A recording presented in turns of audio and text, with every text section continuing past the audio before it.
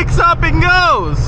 How is it going, guys? Drew Peacock here, back with another video, and today the big day is finally here. We got the Mustang racked up on the Quick Jacks. Big shout out to Quick Jack really quick, because without them, this would be much more of a headache. But today we're installing some high quality parts sent to us from BMR Suspension and Kel-Trac. Kel-Trac makes some of the best suspension for drag racing or street racing, and BMR makes some of the best suspension for pretty much any application. So today we're gonna install some of Kel-Trac's new long travel front coilovers and BMR's front tubular K-member. What I'm hoping to get out of this video is traction, weight transfer, and going real fast. Those are my goals.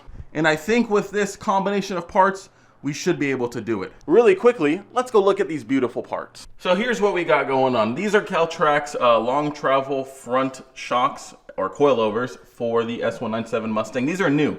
So I'm really excited to see how these do. He said these are perfect for low prep, mild prep, or even high prep. But he designed these specifically for low prep, which is perfect. That's exactly what we want. We can adjust the ride height, we can adjust the dampening, we can adjust the camber. We have a lot of adjustment going on there, way more than the current shock setup I have. So we'll see them side by side and I'll show you guys. And then we have BMR's front tubular K-member right here. What this is gonna do is, one, free up a lot of room under the car, which just makes it a lot easier to work on, but two, massive weight savings. I don't have the number directly in front of me, but I'll weigh them. I believe it's like 20, 25 pounds. And right there, just shaving that off the front end will totally help with weight transfer. BMR has lots of other stuff too to help with weight savings or just suspension parts in general.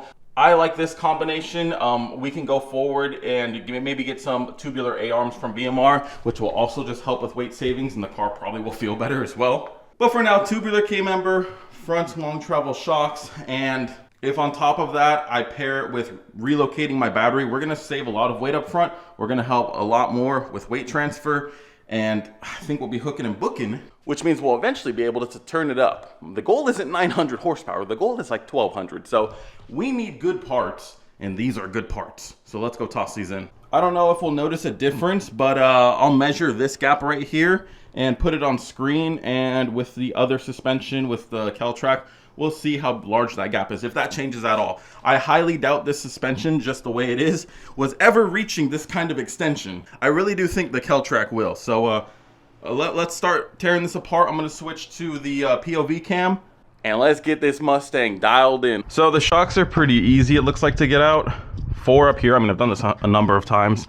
Then we have 2 larger ones right here. If you have a sway bar, you're gonna have to disconnect that as well. But other than that, I think it's just your ABS clip right here, which should push right out.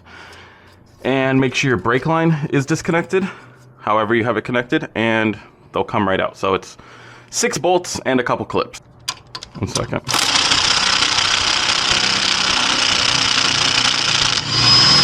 He's like,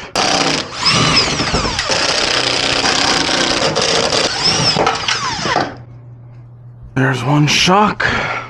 Done. Or out, I should say. So here they are side by side. This is the driver's side. They are marked for which side they're supposed to be on. There's a little D up there. So thankfully there is hardware that comes with it, because I did drop a couple and they're in the abyss. I don't know if they're ever gonna come out. They are now just parts of the Mustang elsewhere. But yeah, side by side you can see the difference. The profile is one heavier than the other. I can get a scale really quick and weigh them. But long story short, yeah, this looks really good. I believe we have to use these as some sort of adapter spacer to the knuckle, but I guess we'll find out. I'm not sure yet. So we'll just start tossing it in and eye it up.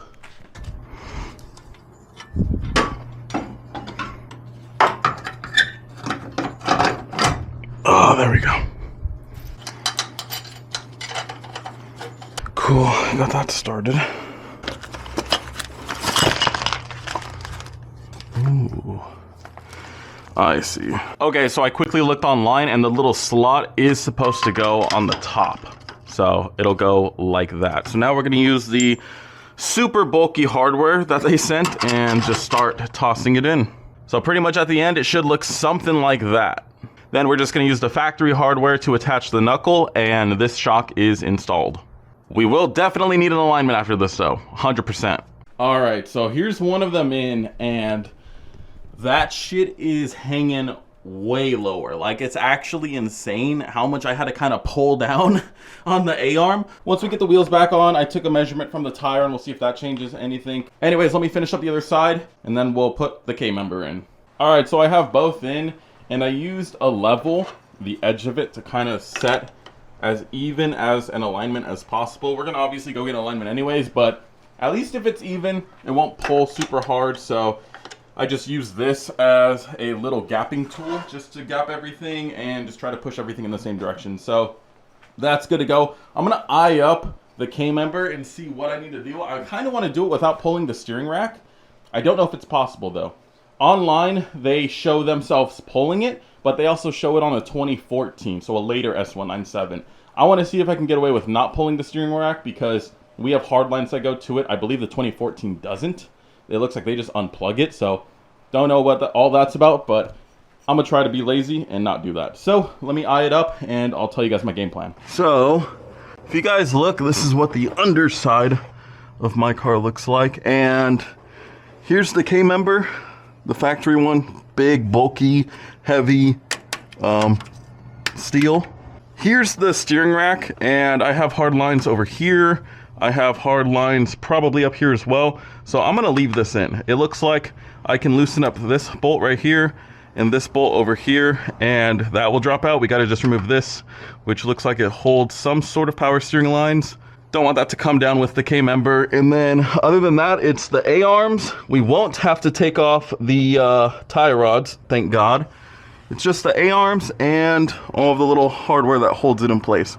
So I'm gonna get cracking, but yeah, this saves me also not having to take off my steering shaft. So yeah, that's a win for me. I'm gonna do this, and if it doesn't work, well, I learned my lesson. K-member's out. This old Johnny's going in. So I believe we don't reuse these motor mounts. I believe that one came with some new ones, so we're good on that front. Right there. Yeah, so we'll just slap her in, send it. Oh, we gotta transfer over the A-arms. That's the one thing we do gotta do. Johnny and Drew, back to you. Don't have Something like that. Oh. This is not recommended. All right, so we got the K-member in, we got the shocks in, everything's torqued down. Looks really good. We freed up a lot of space. Like, you could really access everything now super easily. So we're gonna lower it down. I guarantee the alignment is shit, but we'll just have to go get that figured out. Also, I'm gonna tie this off somewhere, but for now it'll be chilling. But yeah, looks really good. Really happy with it. And the BMR K-member weighs 23 pounds less. So we just shaved 23 pounds just like that. It's a win-win. All right, so it's the next day, and here's how the car is sitting on the Caltrac coilovers. It looks really good. Obviously, we don't have a alignment yet. We got to go do that. But I'm thinking about raising the front a little bit. This side definitely needs some adjustment. It's actually rubbing a little bit. It's, I mean, barely a finger width. So I'm going to take some measurements and adjust it, but I definitely want it to be higher than this. Like, this is still like stupid low to the floor, and since we have an aggressive rake setup, it needs to go up a little bit just to kind of balance it out. I think we can maybe get away with maybe ½ an inch. I'll take some measurements and I'll listen to what Kelly said, but he said don't exceed 15 inches from fender to the center of the wheel. So I measured the other side and it was at like 14.5, so maybe ½ an inch over there, and this side is definitely lower, so maybe 3/4 of an inch over here. But we're gonna make it look good, so let me get to work. Okay, so here's how it's sitting right now. Got a little bit of a gap, but this is honestly perfect. This is pretty much in line. We're about ½ inch of rake at this setting right here. The bad news is my alignment guy isn't in today, so I'm gonna wait to get the alignment tomorrow. However, I am still gonna go drive it right now. I'm actually wearing my dildo cap. This is what I wear to film with my Insta 360. The reason is I call it a dildo cap. It doesn't have a bill, and the reason why I don't put a bill is because if your hat has a bill and you use their little camera mount, your head has to stick out, you know, an extra 4 inches or whatever. No matter how you do it, unless you wear the hat fucking sideways, because of your headrest, it's got to stick out like 4 inches. I cut off the bill so my head can be as flush with the seat as possible, so you guys get the best angles. I look stupid, but it's for you guys, because I love you guys. Anyways, we're gonna go drive the car around, see how it feels, see how it hooks up. It will do a much better job once the alignment is done. There are some very specific settings, so I'm not expecting it to pop a damn wheelie right here, but that would be really cool if it does do that. So anyways, let's go. All right, climb on in. I really do like this camera. This camera isn't sponsored. I'm not sponsored by Insta360. I kind of used to be, but I don't like asking for free stuff. It's just me, so I didn't ask for this camera. I just went out and bought it, and I'm weirdly loving it. At first, I didn't like it. I thought the quality wasn't the greatest, but I mean, for as small as a package as it is, and just how convenient it is, I really do like it. So, yeah, we're gonna let the car warm up and go for a little cruise, see what this bad boy can do, and have some fun.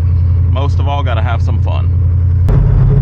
So just driving it around, it does feel like my front end is definitely sitting higher.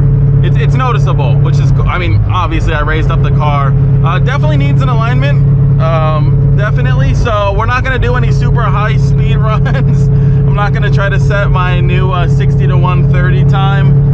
Not quite yet. We'll try to do that tomorrow. Maybe we'll go out and have some fun tomorrow night. We'll just have to see how the day plays out. But long story short, it's already pretty noticeable. When I installed them on day one, I went out just around the block and did a quick little test hit, and it was noticeable. And that was on like half of the stiffness settings. We're really low now. We're at like as little as possible stiffness, and the car isn't bouncing at all. My old shocks were blown, and when I had them on the softest settings, they were just bouncing like crazy. Like you would hit any one of these little bumps and your front end would just keep doing that. So I'm really happy that you could drive this around on a super soft setting, and it's not feeling like that. Obviously the K-member we can't feel because it's just loosening up the weight. We can't feel that, but we know that we shedded 23 pounds from that, and just the accessibility of everything in there, that's just a huge bonus to me. If we do the K-member, the A-arms, and relocate the battery to the back, we will shed probably like 60 pounds plus from the front. So hopefully BMR wants to send us some A-arms, because I really like how their A-arms look. They look real nice. Anyways, once it opens up a little bit and the car comes up to temp, we'll give her a quick little test hit. Alright, I think I'll get a small opportunity coming up. I am gonna just do, like I said, a baby hit. Damn, that Civic's hauling. Anyways, I'm gonna do a little baby hit. I'm not gonna try to go crazy. There's a little bit of traffic. I just wanna see if it'll hit. That's all I'm trying to see. There's a Mustang right there. I'm not trying to show off, buddy, but I think my V8 is a little bit cooler, just a little bit. He hasn't ruined his though, so it's a clean V6. Bye, buddy. Bye, buddy. Anyways, yeah, I think after we crest this little hill, I might get a little opportunity.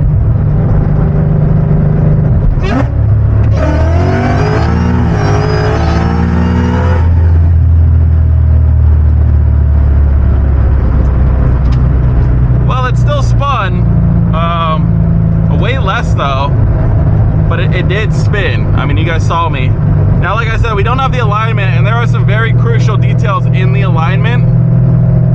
So I'm hoping it's that, but we definitely did spin. I also did take out majority of the weight that I had in my trunk, but I figured we might not need it. And not to layer on even more excuses, but this isn't the best asphalt. You can see I'm kind of bouncing here, so I don't know. Maybe the tires are nice and warm now. Maybe this next hit is about to be gnarly as F.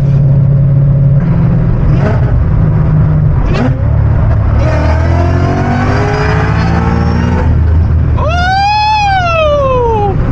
That puppy fucking whoop! Whoop! That motherfucker picked up! Oh, baby.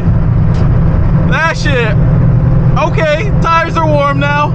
I wasn't able to hook on this asphalt before for shit. And look at that. That motherfucker went. Holy shit. That felt good. That felt really good. That was a solid hit. I mean, we might have a little room right here. Just a little bit. I just want to see if it hooks.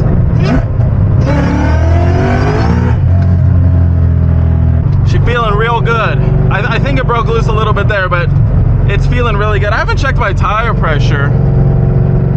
And since I'm on beadlocks, I could probably air down a little bit. All right, I just aired out a little bit more. I forgot I had my tire gauge in here. So we were at like 23. I dropped it down to like 17. So 17 warm, keep in mind. This is already warmed up. We've already been driving. So let's see what they can do. I'm gonna...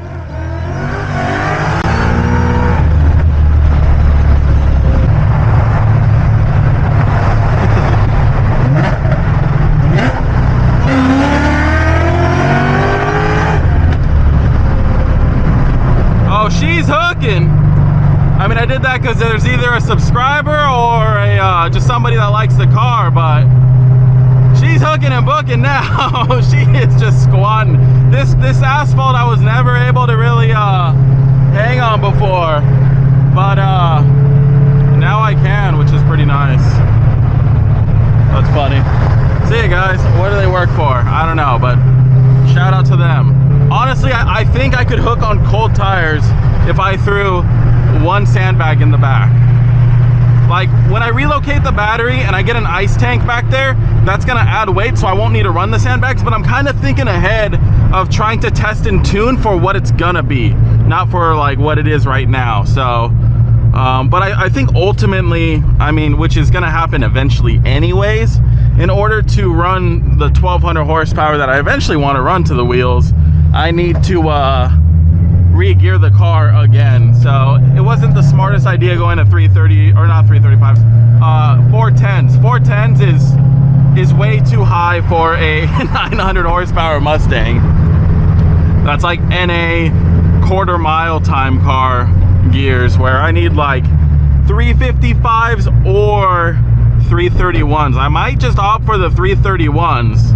I'd rather be able to hook than not. So I think 331s might be the way to go, and that's what I think GT500s have. And so I will have to shift less, I will be in the power more. I'm a stick shift car. I mean, I think it's a good idea. The 410s are great, and I think that it's a quick car right now, but I'm really limited because of the 410s. But I mean, it's hooking and booking. There's no way in hell it's hooking from a second, though. I will say that there's no shot. All right, so it's day 3. If you want something done right, you got to do it yourself. We're gonna go get an alignment and further test the vehicle. Once we dial in the alignment, I'll feel way more confident like getting on it, because right now when I get on it, it just kind of pulls all over the road. Even if it hooks, the front end is dancing all around. So we'll go get an alignment and test the car and see what it can do, and yeah, have some fun. So driving part 2 coming up.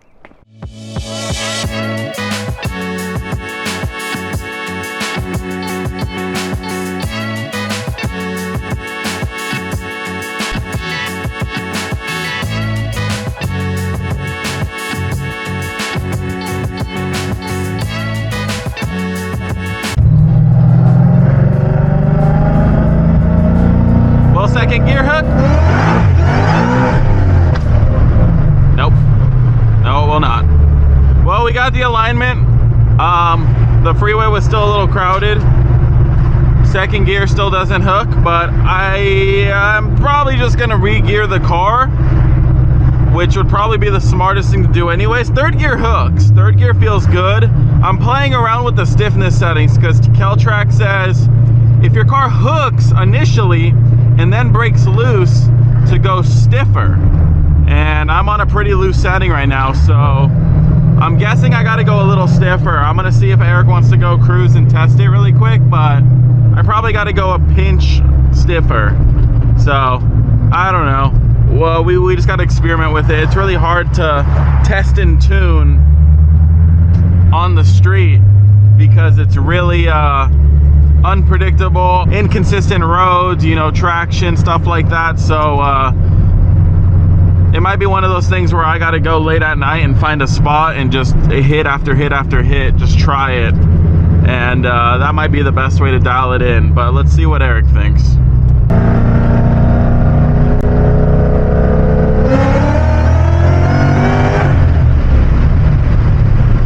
Damn! Woohoo! This puppy just picks up and goes. This is my favorite surface to get on it on is this blacktop. That was a cop. Keep on driving, boy. Anyways, yeah, this surface feels real good. Like, it just hooks and books. I love it. Oh, God, I love it.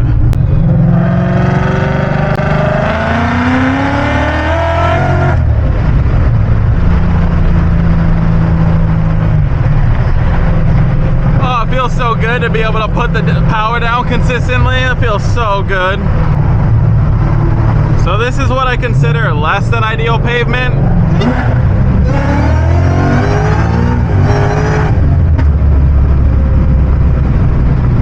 And yeah, we might just need to go a little stiffer on the setting, just a little bit, because according to Keltrack's instructions, if you're too soft, it'll do that, where it'll pop up and then start to dance around.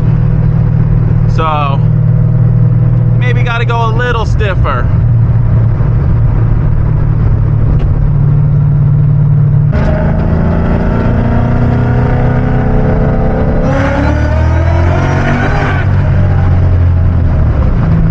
Yeah, that thing is pretty damn quick.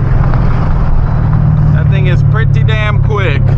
So yeah, I don't know if I should soften up this or stiffen up the settings, because I mean, it hooks really good on this pavement. Like, it's consistently just hooking and booking. I guarantee my tires are nice and warm looking. They got probably a bunch of wrinkles on it, look like my nutsack. I bet it's a good looking tire right now. So I don't know, I think what I gotta do is go race some people. So I'll try to set something up for tonight. However, that won't be in this video. So let's just get home and let's discuss what we found. So one thing I do want to say is I had the camber like right on the money, like not where we were supposed to be, but they were both zeroed out perfectly. So I know, I'm cool. Anyways, the car with the Keltrack and the BMR front K-member feels great. Definitely a massive improvement. I mean, I'm consistent hitting my 60 rolls in third gear, and it's just picking up the front end. It feels absolutely insane. It's squatting like crazy. It feels amazing, which is great, because this means that now we can continue with the plan to further build this car. I think the next thing I'm going to do is re-gear the car, which I think will help tremendously with just everything. We need to do that regardless if I'm going to turn up this car. We need to re-gear it. We need to then add an ice tank to the trunk, and then I think we can finally turn up the power. I am really happy with where the car is right now. Like, it's solid. It's just, you know, I want it to be my fastest car again. So I think we're gonna have to turn up the power. This motor is good for 1500. I'm not trying to kill myself, so we're not gonna go for that. I think I'd be happy 11 to 1200. I think I'd be happy, but then again, I said that when I first bought it, and it was 500, and then it made 700, and then it made 900. I've said that a billion times. So we'll start with 11 to 1200. We'll see how it does, and then we'll go from there. I'm really happy with the ride height right now. It looks great. It performs great. And without Keltrack and BMR, it wouldn't be like this. So I really do appreciate them. Guys, if you're looking to enhance your vehicle suspension, Keltrack, BMR, I think those are the two top dogs in the game. You guys definitely need to check out their products and follow them on all their social medias. I will link them all down below.